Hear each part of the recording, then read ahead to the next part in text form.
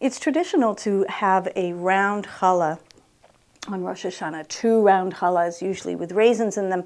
And if we look at that, and we know that the raisins are to sweeten the challah, although challah is usually pretty sweet, but it's to sweeten it because we're making statements through the food. We're not just eating food. This is Rosh Hashanah, this is the New Year.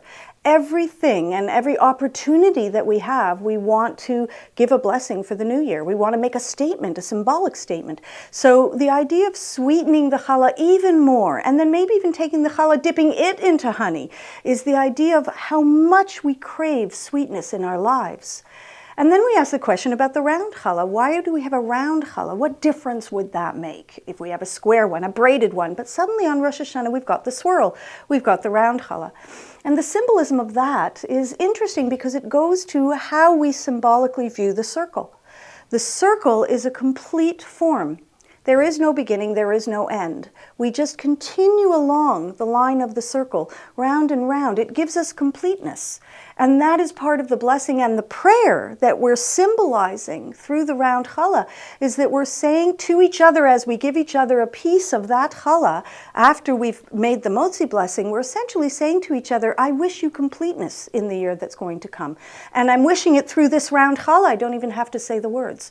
And when we look at the table and we see the roundness of it, and we understand that sense of completeness, and we go to the Hebrew for what is the word for complete, and the word is shalom, and it's the root of the word for shalom, peace. And so by looking at the roundness of the challah, we're also saying that. We're saying, I wish you completeness and I wish you peace. And this is something that I want on my table, and I want it to define my Rosh Hashanah table. That there be a sweetness, the raisins, there be a sweetness to the completeness of your year. That there be a sweetness to the peace that I wish you in this year. And then we take it and we make blessings on it, and we're very careful about it, and we eat it and we share it and we give it to each other. We're dipping it in honey. This isn't just, oh, it tastes sweet and lovely, let's just keep eating sweet and lovely things. The messaging goes far beyond that. It talks about the shape of it, the geometry of it, as well as the Hebrew root of the word, that this is the word for peace. This is the word for completeness. It's the word shalem. It's the word shalom.